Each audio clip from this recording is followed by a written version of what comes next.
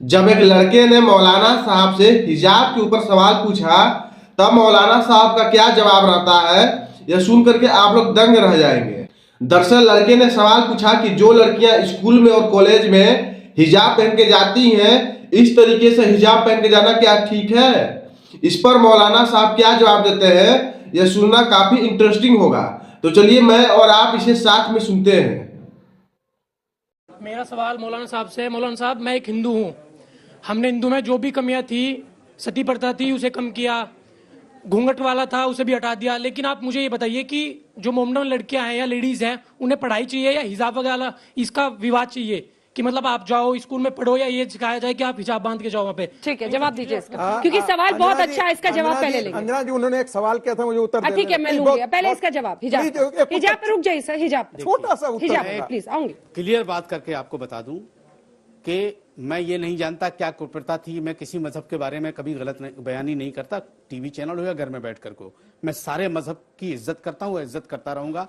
मैं एक बात बता दूं, हमारे मजहब में कोई कुप्रथा नहीं है। कौन क्या मानता है क्या नहीं मानता है, हमें कतई इस बात से बहस नहीं है। हमारे मजहब में कोई कुरीति नहीं है, नहीं है, नहीं है। नंबर एक, यही सबसे बड़ी परेशानी। दूसरी बात, जहां तक आपने तालीम की बात की है, यही है, जहां तक आपने तालीम की बात की है, तो हमारे पैगंबर ने सबसे पहले नहीं मौलाना अंसार रजा साहब, आपने इस्लाम पर सारे दरवाजे खिड़कियां बंद कर दी हैं। कोई हर धर्म अपने आप को परिवर्तन के लिए खोलता है।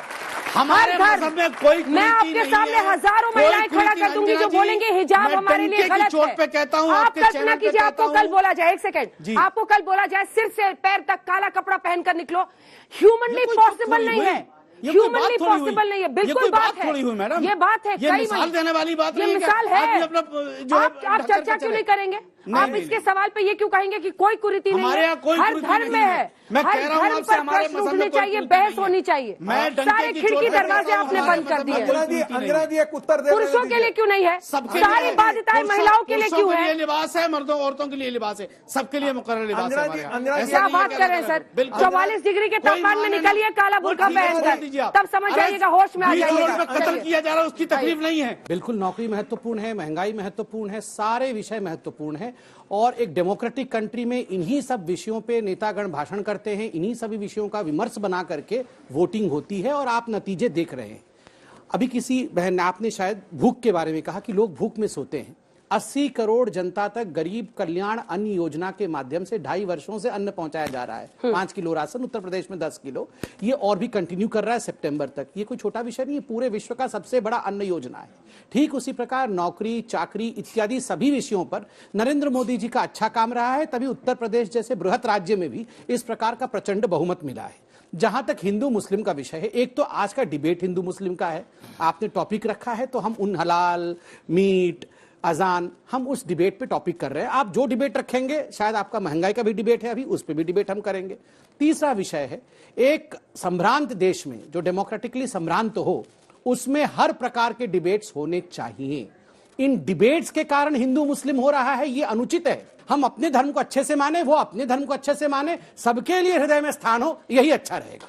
क्या विपक्ष का घटता हुआ दायरा एक बहुत खतरनाक संकेत नहीं है?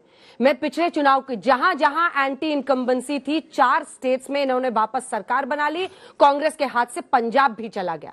इसी दायरे में यह सवाल पूछ रही हूं। बेरोजगारी और महंगाई का मुद्दा हर राज तिलक शो में हर जगह निकलता था, लेकिन जब वोटर वोट देने जाता है तो वो इन पर डाल देता है। ये किसका फेलियर है? अंजना जी, मुद्दा ये है कि बीजेपी 50 सालों तक विपक्ष में रही है और 8 साल से ये सत्ता में है, लेकिन इनकी जो आदत है ना सवाल पूछने की, इन्हें पता नहीं है कि ये सरकार में है, सवाल हमसे पूछते हैं। सवाल है कि ये झगड़ा है क्यों? तो झगड़ा है, अभी कबीर दास की बात हुई तो मैं कबीर का एक और दोहा आपको याद दिलाना चाहता हूं कि पोथी पढ़ पढ़ जगमुआ पंडित भयाना कोय, 2.5 आखर प्रेम का पढ़े सुपंडित होए। हम कहां जा रहे हैं? सर, आपसे जनता प्रेम क्यों नहीं कर पा रही, यही तो मेरा सवाल है। हम तो जनता से आप पहुंचे ही नहीं वहां पे मेरे सवाल तक। अंजना जी, मैं तो कह रही हूँ, बीजेपी को क्या कड़ी टक्कर नरेंद्र मोदी को देने वाला विपक्ष का कौन सा नेता, आप मुझे बताइए। अच्छा, मुझे बताइए। आचार्य प्रमोद कृष्णम, आपका लंबा अनुभव है पॉलिटिक्स में। आपने नाम ले दिया, दूसरा नाम लेने की जरूरत ही नहीं है। नहीं, जवाब मुझे दीजिए। बताइए, मुझे अंजना जी, अभी सम्मित पात्रा जी ने बहुत लच्छेदार तरीके से ये बातें समझाई आपको। आप कह रही हैं साहब क्यों नहीं हम जनता आपके प्रेम को नहीं समझ पा रही है। अरे जनता हमारे प्रेम को ना समझे, हम तो जनता के प्रेम को समझेंगे। जनता हमसे प्रेम करे ना करे, हम तो जनता सीट ही से नहीं प्रेम मिल रही करेंगे। है सर, नहीं, हम तो बताइए, करेंगे। क्या एक- हालत हुई जा रही है। एक तर्ज तगाफुल है। One way love. Anjana ji पक्का ठीक है, मैं ऐसा कहना चाहता हूँ। अंजना जी, मैं जनता के लिए कहना चाहता हूं, हमें कितनी बार ठुकराओगे। एक तर्ज तगाफुल है, वो लास्ट तुझको मुबारक। एक अर्ज तमन्ना है, वो हम करते रहेंगे। ठीक है।